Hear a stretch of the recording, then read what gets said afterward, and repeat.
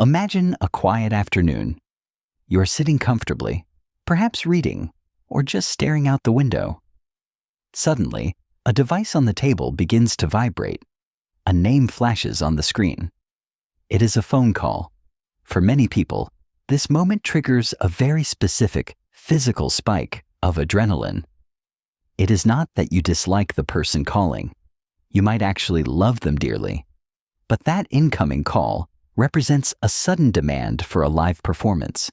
It requires you to be funny, empathetic, quick-witted, and audible, right this very second. So you stare at the screen. You wait for the ringing to stop. And 5 minutes later, you send a text saying, "Hey, just saw this. What's up?" Society often calls this behavior rude or avoidant. They label it as phone anxiety or laziness. But psychology suggests something far more interesting is happening beneath the surface. It turns out that preferring text over voice isn't a flaw in your character. It is a feature of your cognitive style. You aren't hiding from connection. You are actually optimizing specifically for it. So why does your brain treat a ringing phone like a threat and a text message like a gift? Let's look at the psychology behind the screen. Number 1, the processing pause. The first major reason comes down to how your brain handles incoming data. Think of conversation like a game of catch. In a phone call, the ball is thrown at you instantly. You have to catch it and throw it back immediately. There is zero time to check your grip or aim. This is what psychologists refer to as synchronous communication. It happens in real time.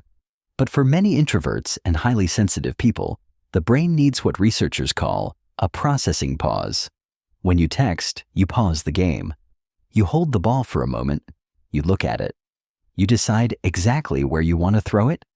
This extra time allows for message formulation, the cognitive step of arranging your thoughts before sharing them. If you are someone who prefers texting, you likely care deeply about precision.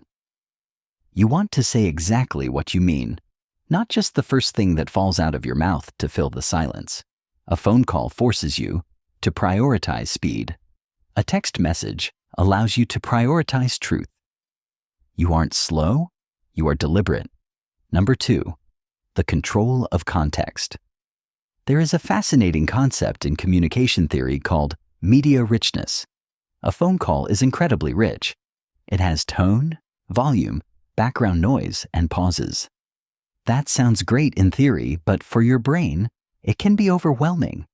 When you are on the phone, you are doing double duty.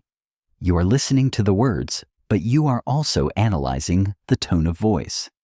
Is there a sigh? Did they sound disappointed?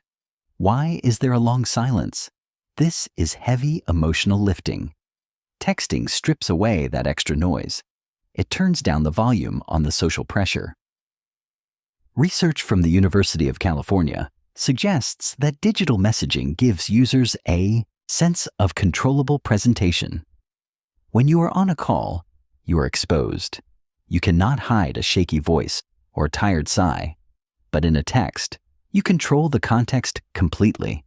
You can be having a terrible hair day, wearing pajamas and feeling exhausted, yet still send a supportive, loving message with a heart emoji. Texting allows you to separate your physical state from your social support.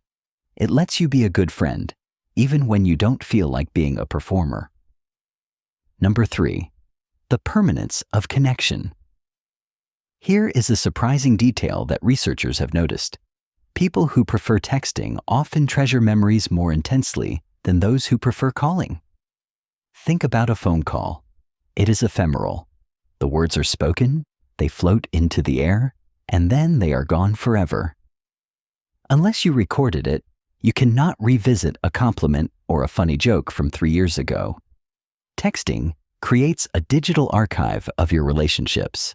You can scroll back. You can reread the first time your partner said, "I love you." You can look at a funny conversation from a friend who lives far away. Psychologically, this appeals to people who value permanence. It transforms a conversation into a keepsake. For the sentimental brain, a text thread is not just data, it is a scrapbook. So when someone says texting is less personal, they are missing the point. For you, having those words written down makes them realer. It proves the connection existed. It turns a fleeting moment into something you can hold on to. Number 4, the interruptibility factor. Finally, and perhaps most importantly, there is the issue of intrusion. We live in an economy of attention.